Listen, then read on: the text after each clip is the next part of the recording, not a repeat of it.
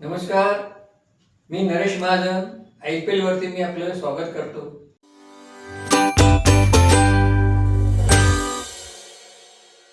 मित्रांनो, आज मी एका वेगळ्या गंभीर किंवा माझ्या दृष्टीने गमतीशीर अशा विषयावरती बोलणार आहे. कारण 10वीचा निकाल लागल्यानंतर माझ्या डोक्यामध्ये अनेक प्रश्न बऱ्याच दिवसापासून घोळत होते आणि हे प्रश्न या प्रश्नांची उत्तरं मिळवण्यासाठी मला माझ्या एका मित्राची फार गरज वाटली. म्हणून माझे स्नेही प्राध्यापक सुनील हिंगणे यांना या ठिकाणी मी बोलवलंय.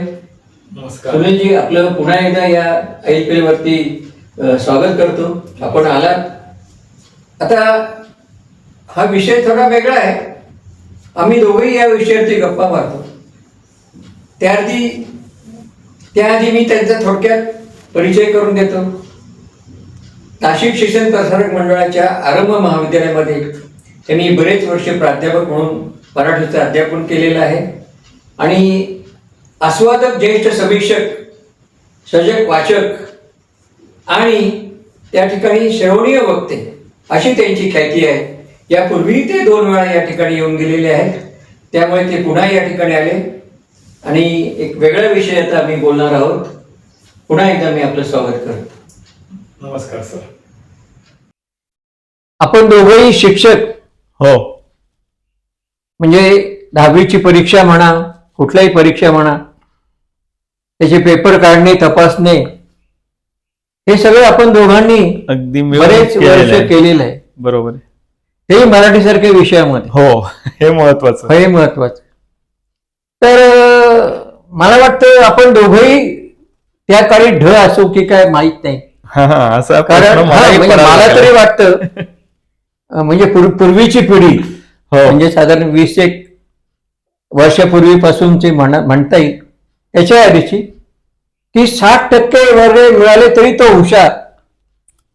बरोबर. पण त्यांच्याशी तुलना केल्यानंतर आज 100 पैकी 100 मिळाल्यानंतर आपण त्यावेळी ढ होतो की काय, मग आपल्याला का नाही मिळाले? म्हणजे हा एक प्रश्न सारखा माझ्या मनात येतोय. या 10वीच्या परीक्षेचा निकाल आत्ताच लागलेला आहे.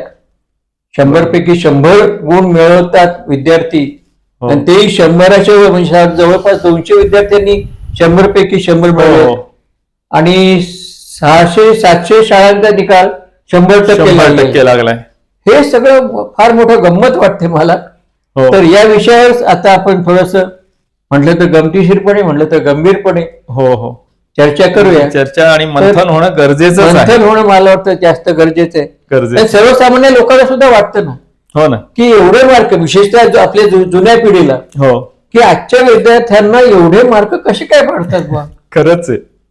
तुम्ही याचं गुपित किंवा काय सांगा? आता इतकी वर्ष या क्षेत्रातच काम केलेलं असल्यामुळे मला अशा काही गोष्टी सहज लक्षात आलेल्या आहेत. म्हणजे कधी कधी माझ्यासारख्याला प्रश्न पडतो की आत्ताची जी पिढी आहे ती खरंच एवढी हुशार झालेली आहे का? की जसं ज्ञानेश्वर असतील, आईन्स्टाईन असतील अलीकडच्या काळातले, तर त्यांचा एक वेगळीच त्यांची प्रतिमा होती. तर हा जो मधला काळ, म्हणजे आपण जर बोर्डाची परीक्षा सुरू झाली साधारण 1975 सालापासून 10वीची, तेव्हापासून आता 50 वर्ष होऊन गेली. पण या गेल्या 50 वर्षात स्थित्यंतर खूप झाली. पण 100 पैकी 100 किंवा 100% गुण असं मात्र कधीही ऐकलेलं नव्हतं, जे गेल्या 2-4 वर्षात जास्त ऐकायला येऊ लागलंय. आणि म्हणून मग त्याचा विचार करताना असं वाटलं की खरंच मुलं एवढी हुशार झालेली आहेत का? तर त्याचं उत्तर निश्चितपणे नाही असं आहे. कारण त्या क्षेत्रातच काम केलेलं असल्यामुळे सर्व विद्यार्थी डोळ्यासमोर आहेत. हुशार आहेत मुलं, आपल्यापेक्षा थोडी जास्त हुशार पण आहेत, हेही मला मान्य आहे. पण इतकी ते हुशार नाहीयेत की ते एकदम 100 पैकी 100% गुण मिळवतील. त्यामुळे मग त्याचं थोडंसं आपल्याला विश्लेषणच करावं लागेल असं मला वाटतं. तुम्हाला काय वाटतं? मला वाटतं की परीक्षा पद्धत बदलली, अभ्यासक्रम बदलला, काय जादू घडली आहे की त्याच्यामुळे हे सगळं पॅटर्न जो बदललाय, किंवा तुम्ही अमुक पद्धतीनेच पेपर तपासा, असे काहीतरी वेगळे आदेश. आता आपण त्याच्यात नसल्यामुळे आपल्याला लांबून काही त्याची कल्पना नाही, पण त्याच्याही मागं आपल्याला वाटतं घ्यायला हवा. हो. आणि ही सूज आहे का बाळसं आहे हे हा. कळेन असं झालंय मला. बरोबर आहे. म्हणजे असा खरंच प्रश्न पडतो. ते कदाचित समाजातल्या अनेक लोकांना बाळसय असं वाटेल, पण प्रत्यक्षात या व्यवसायात काम केलेल्यांना नक्की खात्री आहे की ते बाळसं नाही, सूजच आहे. आणि 100% मिळालेल्या विद्यार्थ्याचे आई वडील इतके काही हवेत आहेत अगदी अगदी. की सगळ्यामध्ये माझा मुलगा हुशारच आहे. हो. त्यांनी या भ्रमात राहावं की राहू नये. नाही, त्यांनी राहणं चुकीचंच आहे. याचं कारण मुळात 100% गुण जे आपल्या पाल्याला मिळाले, स्वतःचं मन आपल्याला काय सांगता याचा विचार आधी पालकांनी करावा हा बरोबर आहे. की खरंच आपला मुलगा किंवा मुलगी 100% गुण मिळवण्या इतके आहेत का. तर मला वाटतं जर खरं उत्तर त्याचं हवं असेल तर आपलं आपल्याला नक्की मिळू शकतं की नाहीये, खरोखर तसं नाहीये. मग याचा अर्थ मग हे 100% खोटे आहेत का गुण. कागदावर तर ते खरे आहेत कारण ते दिसत आहेत तिथे, पण प्रत्यक्षात जर विचार केला तर हे एवढे सगळे गुण मिळण्याचं मला सगळ्यात पहिलं महत्वाचं कारण असं वाटतं की अलीकडे बोर्डाचा जो बदललेला पॅटर्न आहे, पेपर चेकिंगचाही आणि पेपर काढण्याचाही, तो असा आहे. त्यांना मॉडेल उत्तरं दिली जातात. हो. तपासणाऱ्यांना. आणि ते घोड्याला जशी झापडं लावतात तसंच त्यांना त्या पद्धतीनेच बघायचं, अशा सूचना असतात. तर मी म्हणत होतो सर की हा जो बोर्डाचा पॅटर्न आहे तो पॅटर्न असा आहे की नापास व्हायला कौशल्य लागतं. इतकी वाईट परिस्थिती आहे की म्हणजे नापासून दाखव म्हटलं तरी अवघड आहे, अशी परिस्थिती आहे. अगदी बरोबर. त्यामुळे हा पहिला महत्वाचा भाग आहे की इतकी सोपी परीक्षा पद्धत आहे ही की त्यामुळे पास होणं हे 100% निकाल लागला तर काही आश्चर्य वाटायला नको. 100% गुण मिळतात. मला त्यांची आता किवच यायला लागली की एवढे तुम्ही गुण मिळवता, हे खरोखर हे गुण आहेत की नाही. त्यानंतर त्याला कळत न कळत तोंडी परीक्षा म्हणजे इंटरनल असे जे मार्क्स आहेत त्याला 20-25 मार्क असतात. त्याला त्याचा हातभार खूपच लागलेला आहे. कारण बहुसंख्य शाळा किंबहुना सगळ्याच शाळा असं म्हटलं तरी चालेल 20 देऊनच टाकतात. आणि खरंच म्हणजे मला कधी कधी असं वाटतं की त्यांची जी तोंडी परीक्षा घेतली जाते त्यामध्ये पण लेखी परीक्षा असते, तर ते लेखी परीक्षेचं ऑडिट व्हायला पाहिजे.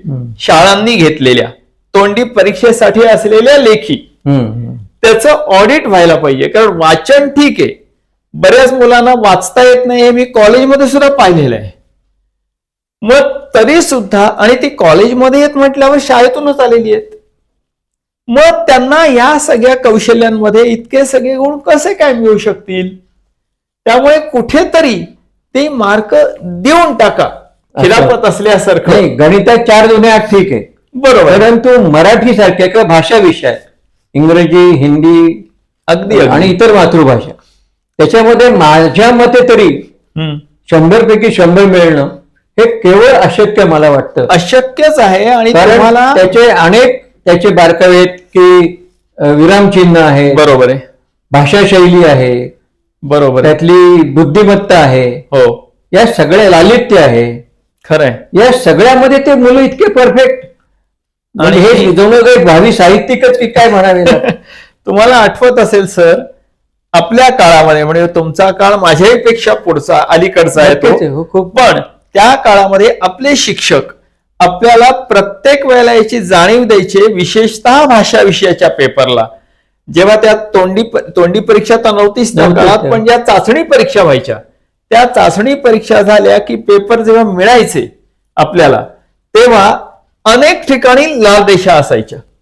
आणि शिक्षक सांगायचे की बेटा या ज्या लाल रेषा आहेत या तुझ्या झालेल्या चुका आहेत.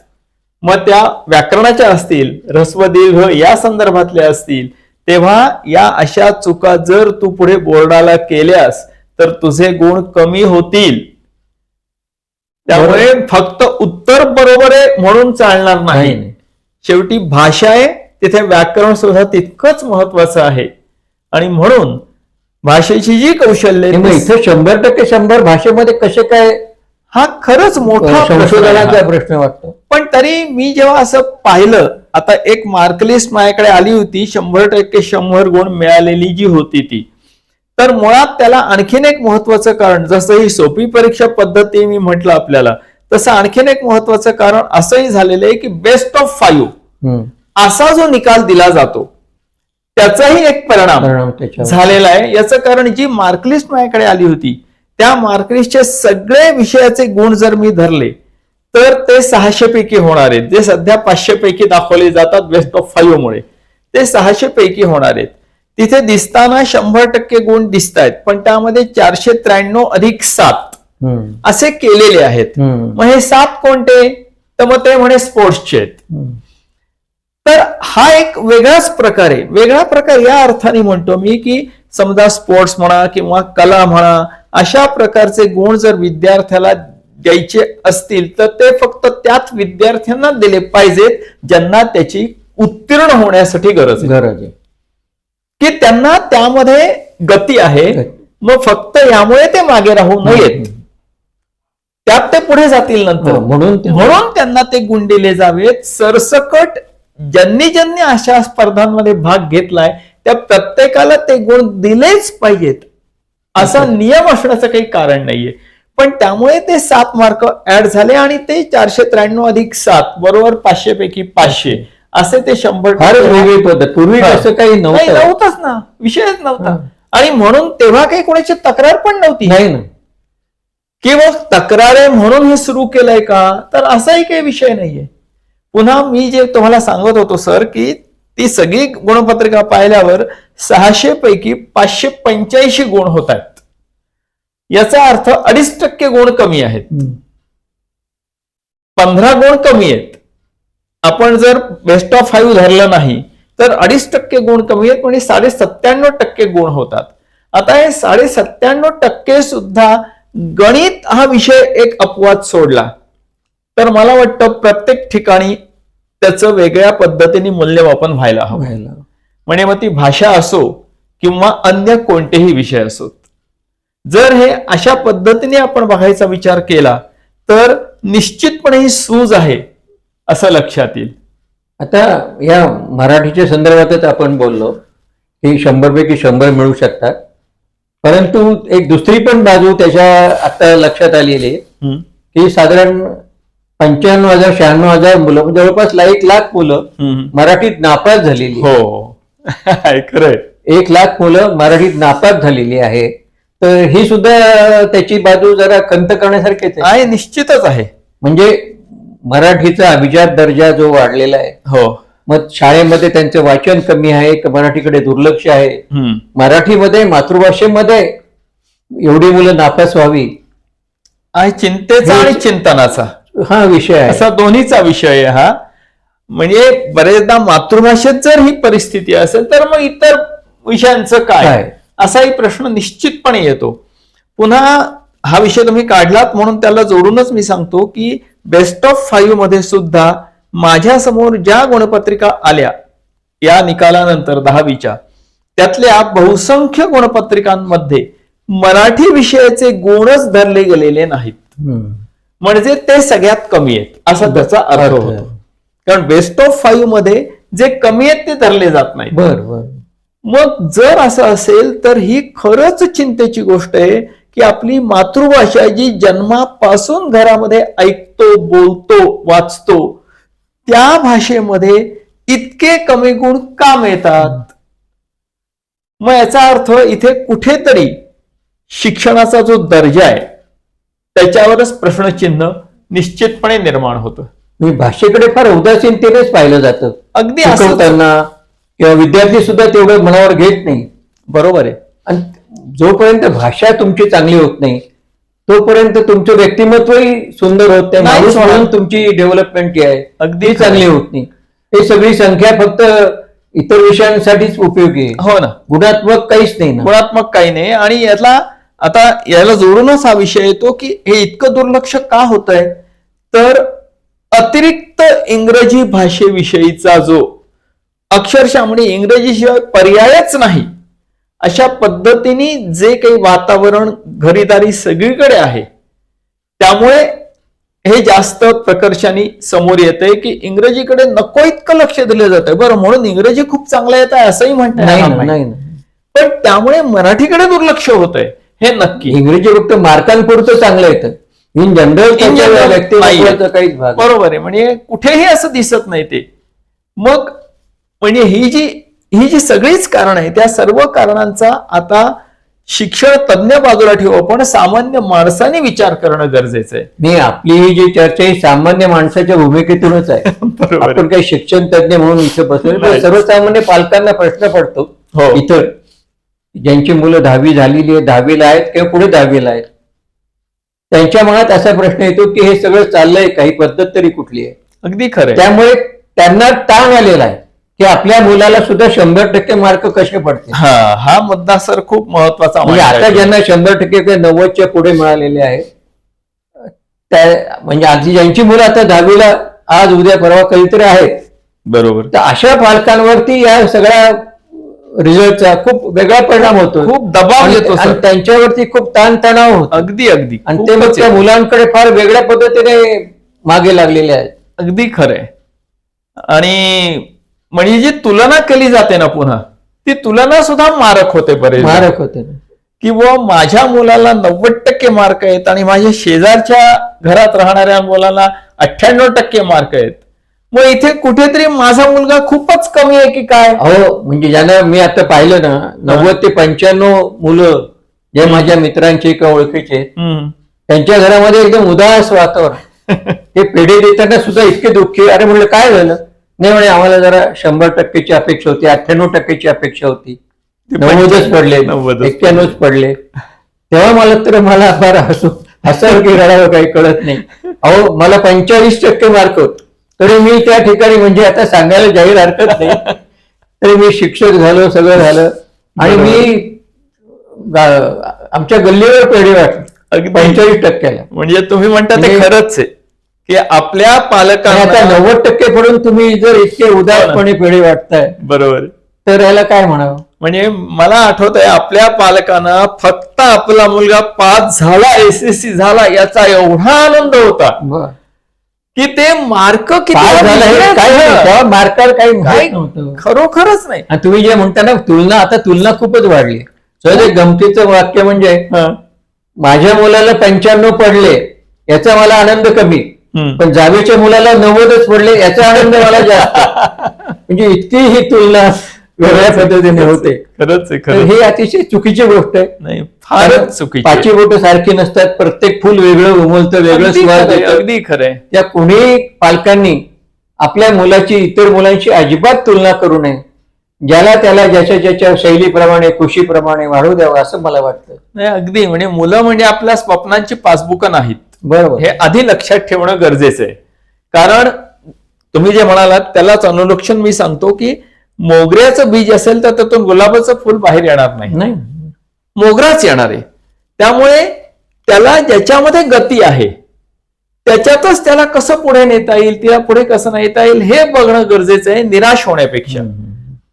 आणि त्यांनी एवढी जी मेहनत घेतली, मला कधी कधी गमतीने असं वाटतं की आपण स्वतःचा विचार करावा की आपल्याला, माझ्या मुलाला जर 90% मार्क येते SSC ला, मला होते का? नव्हतं हे माझं मला माहिती आहे ना. मग मी उलट तो आनंदाने सगळं त्या गोष्टीकडे पाहायला हवं. त्याच्याऐवजी माझ्या अपेक्षा इतक्या वाढत चालल्यात आणि त्या अपेक्षांच्या ओझ्याखाली मुलं गुदमरून जात आहेत. ही पिढीच गुदमरून जाते. म्हणजे त्या घोड्याला माहित असतं आपण पहिला आहेत, बरोबर. त्याच्यावर बसला जे जॉकी असतो ना, हा, तो धडपडत असतो, पुढे आपला पळतच असतो.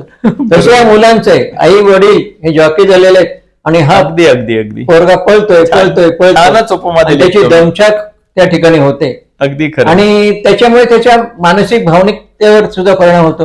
प्रचंड कोण आता होतो सर. या निमित्ताने की मार्क कमी पडले किंवा नापास झाले म्हणून आत्महत्या करतात, पण मला वाटतं मेरिट लिस्ट कशा त्याच्याचमुळे बंद झाली. हा, मला वाटतं मेरिट लिस्ट माझ्या मनात येतं की आता merit- बरोबर आहे. 100%ची यादी ती केवढी मोठी 2 पाने वर्तमानपत्राची हो, हो. मेरिट लिस्टच भरली असती. हो हो, नाही, मेरिट लिस्ट बंद होण्याचं हेच महत्वाचं कारण घडलं की अनेक मुलं मुली थोडेसे कमी गुण मिळाल्यामुळे आत्महत्येचा मार्ग स्वीकारायला लागले, म्हणजे मेरिट लिस्ट मध्ये आलो नाही म्हणून. आणि बरेचदा याचंही दडपण त्यांना असतं की मला जास्त मार्क होते आपल्या दृष्टीने, पण तरी ते 80%च आहेत, 85%च आहेत, मग आता घरचे काय म्हणतील, याचं दडपण येऊन सुद्धा त्यापेक्षा नकोच म्हणून जीव द्यावा असं वाटणं हे खूपच वाईट आहे. आणि त्यामुळेच ती मेरिट लिस्ट बोर्डाने बंद केलेली होती. पण मला वाटतं पालकांनी सुद्धा आधीपासूनच या मुलांवरती एक तरी सांगू, चांगले मार्क मिळव, पण मिळाले नाही तरी निराश होऊ नको, त्याच्या आधीपासूनच अगदी त्याच्या मनावर बिंबवलं ना, तर त्या रिझल्टचा त्याच्यावरती कुठलाही परिणाम होणार नाही असं मला वाटतं. याच्यासाठी पालकांचं काउन्सिलिंग करणं गरजेचं आहे. काउन्सिलिंग करणं, त्यांचं समुपदेशन आपल्याला करावं लागेल, समाजाने त्याकडे लक्ष द्यावं लागेल, पालकांनी स्वतः त्याचा विचार करावा लागेल. शाळेने सुद्धा मला वाटतं पालकांना बोलून त्यांचं समुपदेशन काउन्सिलिंग करावं. आणि पालक सभा होतात तेव्हा हे विषय का घेतले जात नाहीत, बरोबर आहे, याचाही विचार शाळांनी करायला हरकत नाही. जर तसं झालं तर आज ही जी सूज आलेली आहे, ही सूज आणि त्याच्यामुळे इतरांवर प्रेशर येतं आणि त्यातून ज्या वाईट गोष्टी घडतात त्या सगळ्या टळायला मदत होईल असं मला वाटतं. मुद्दा आता थोडस आपण दुर्लक्षित करायला नको की शहरी विभाग आणि ग्रामीण विभाग याच्यामध्ये सुद्धा या विद्यार्थ्यांची घालमेल ही वेगळ्या पद्धतीने होते आणि शहरी विभागामध्ये या विद्यार्थ्यांना फार मोठा वाव मिळतो, जास्त गुण मिळाले. योग्य आहे सर. त्याप्रमाणे ग्रामीण भागातील विद्यार्थ्यांवर खूप मोठा अन्याय होतो, कळत न कळत अन्याय होतो. इकडं मात्र समाजाचं लक्ष नाहीये, कारण बहुतेक मेरिटवाले सगळे जास्त शहरी विभागामध्ये आलेले. बरोबर आहे. आणि ग्रामीण विभागामध्ये इतक्या शिक्षणाच्या हाल अपेक्षा चालू असतात, त्या विद्यार्थ्यांना वरती आणण्यासाठी काहीतरी केलं पाहिजे, नक्कीच केलं पाहिजे म्हणजे मला वाटतं. अगदी कारण हा सगळा निकाल जो आहे तो माझ्या मते ही शहरी विभागाला असंच वाटतंय. हो, अगदी खरं आहे सर. आणि त्यासाठी ग्रामीण विभागातल्या मुला मुलींना अधिक चांगल्या पद्धतीचं दर्जेदार शिक्षण कसं मिळेल याकडे खरंच आपण सगळ्यांनीच लक्ष देणं गरजेचं आहे. कारण तेही स्पर्धेत पुढे यावेत म्हणून नाही, ते त्यांच्या आयुष्यात पुढे यावे, हा त्याचा दृष्टिकोन असावा. तर बरोबर आहे, बोला सर. नाही, प्रत्येक जणच आयुष्यात पुढे आला पाहिजे माणूस म्हणून, यासाठी हे गुण उपयोगी पडले पाहिजे. पण मला वाटतं 10वीचे गुण पुढे मागे, कारण एकाने अभ्यास केला की पूर्वी ज्यांना 10वीत 90, 95 वगैरे मिळाले, ती मुलं पुढे काय कशी निघाली, तर ती अगदी ऍव्हरेज पुढे अगदी निघाली. अतिशय सामान्य जीवन जगणारी मुलं म्हणून ती पुढे आलेली. किती महत्व, आणि तुलनेने कमी गुण असलेले मुलं मात्र चमकलेले आहेत असं लक्षात आलंय. जो सर्व्हे झाला त्यामध्ये तुम्ही म्हणता ते खरंय. आणि म्हणून मग त्याचाही विचार आपल्याला सगळ्यांना, विशेषतः पालकांना, आता ज्यांचे पाल्य त्या रांगेमध्ये आहेत त्यांनी याचा जास्त विचार करायला हवा. आणि त्यांना फक्त घोड्यासारखं पुढे कसं धावतील असं न बघता, जर खरोखर त्यांचा सर्वांगीण विकास व्हावा यासाठी प्रयत्न केला तर कदाचित ही जी जीवघेणी स्पर्धा आहे ही स्पर्धा कुठेतरी मर्यादित होईल, थांबेल असं. शाळाही आपण कसे टॉपला येऊ याच विचार असं, बाकी अंगाने ते विचार करत नाही करत. त्या विद्यार्थी, पालक आणि शाळा या तिघांनी मिळून, तुम्ही जो आता म्हणलात की सर्वांगीण विकासाचा विचार केला पाहिजे, बरोबर, या तिघांचं एक काम आहे असं मला वाटतं. अगदी खरंय. आणि या विषयावर आपण आता किती जरी बोललं तरी समारोपात तुम्ही जे विद्यार्थी नापास होतो त्यांना उभारी देण्यासाठी आपल्याला काही नक्कीच पास झाले, 100% मिळाले, तुमचं खरोखर कौतुक. आम्ही या ठिकाणी हात राखून कवीना कौतुक करतोय आणि मनापासून तसं कौतुक करतो. हात राखून म्हणजे वेगळ्या विचाराने, जे आतापर्यंत आम्ही चर्चा केली त्याप्रमाणे. पण तुमचं खरोखरच कौतुक, 100% मिळवले. परंतु ज्यांना कमी मार्क मिळाले त्यांनी अजिबात या ठिकाणी खचून जाऊ नये. आणि जे नापास झाले त्यांना तुम्ही सांगा, म्हणजे 100% गुण ज्यांनी मिळवले त्यांचं विशेष अभिनंदन, जे उत्तीर्ण झालेले आहेत त्यांचं मनपूर्वक अभिनंदन. पण याचा अर्थ असा नाही की समजा कोणी अनुत्तीर्ण झालेले असतील, त्यांना अपयश आलं असेल तर त्यांनी निराश होण्याचं काहीही कारण नाही. एक खरोखर हे लक्षात घेण्यासारखं आहे, मगाशी बोलता बोलता जे माझ्याकडनं बोललं गेलं की गुलाबाच्या बीजातून मोगऱ्याचं फुल बाहेर येणार नाही. तर आपल्याकडे ज्या प्रकारची गुणवत्ता आहे, परमेश्वराने प्रत्येकाला गुणवत्ता दिलेलीच आहे, फक्त ती ओळखायला जर आपण शिकलो किंवा ती आपल्यात काय आहे हे शिक्षकांनी जरी आपल्याला समजावून सांगितलं, कारण शिक्षकाची भूमिका टू ड्रॉन आउट हीच असते त्यामुळे ते जे काही विद्यार्थ्यांमध्ये ते कलागुण आहेत ते बाहेर इतर काढणार विषय भरपूर आहेत ना आहेत ना. समाजामध्ये. आता इतके विषय आहेत हो, पुढे जाण्यासाठी. केवळ तुम्ही ग्रॅज्युएट होणं महत्वाचं नाही, नाही, 12वी होणं महत्वाचं नाही, किंवा इंजिनियर डॉक्टर होणंही महत्वाचं नाही, खरंच आहे. सगळीच कितीतरी कला आहेत वेगवेगळ्या. 100 पैकी मला वाटतं 10-20 विद्यार्थी या भागात जातात. बरोबर. बाकीच्या सगळ्या विद्यार्थ्यांसाठी इतकं विश्व, इतकं या ठिकाणी निश्चित, सगळं जग खुलं आहे. आहे तर त्याचा तुम्ही पालकांनी आणि शाळांनी विचार करायला केला पाहिजे. अगदी शाळांनी नक्की. सुद्धा या मार्कांच्या मागे वेगळ्या पद्धतीने जायला पाहिजे, की या बाकीच्या विद्यार्थ्यांना व्यक्तिमत्व म्हणून, माणूस म्हणून, राष्ट्रीय दृष्टिकोनातून म्हणा, हो ना, कुटुंब प्रमुख म्हणून, समाजातील एक घटक म्हणून त्यांना कसं पुढे नेता येईल, अगदी. हे मला वाटतं त्याची आणि जडणघडण तुम्ही केली म्हणाला पाहिजे. तो त्रिकोणच महत्वाचा आहे हो, की बरोबर. शाळा, पालक आणि विद्यार्थी हे तिघेही एकमेकांना परस्पर पूरकच आहेत असले पाहिजेत. आणि मग त्या प्रत्येकाचे कलागुण हेरून त्या प्रत्येकाला दिशा निश्चितपणे आपण सगळे मिळून देऊ शकतो. शाळा तर नक्की करू शकतात हे काम. मला वाटतं आई म्हणजे यामध्ये आई हा जो घटक आहे तोही मला जास्त महत्वाचा वाटतो. पालकांमध्ये सुद्धा आई आणि वडील यांच्यामध्ये सुद्धा वडील महत्वाचे नाही असं नाही, पण आई जास्त महत्वाची यासाठी आहे की एका कवीनी काहीतरी एक अशा प्रकारचं छान कवितेची ओळ लिहिली होती की घरी आपली एक शाळा असते, घरी आपली एक शाळा असते जिचं नाव आई असतं, आणि बाहेर आपली एक आई असते जिचं नाव शाळा असतं. वाह, छान. तर हा जो विचार आहे हा विचार करूनच जर पालक, शाळा या सगळ्यांनी मिळून जर विचार केला तर हे जे अनुत्तीर्ण झालेले विद्यार्थी आहेत त्यांनी स्वतःच लक्षात घ्यावं की आपण अजिबात निराश व्हायचं कारण नाही. मला वाटतं एडिसनची गोष्ट इथे त्यांनी लक्षात घ्यावी की त्यांनी जो बल्बचा शोध लावला, तो बल्बचा शोध लावला तेव्हा त्याला 99 वेळा अपयश आलं. जर ते 99 वेळा अपयश आलं तर त्यांनी त्याच्यावर विधान काय केलं, तो असं म्हणाला की मी 99 वेळा बल्ब कसा तयार करू नये हे शिकलो.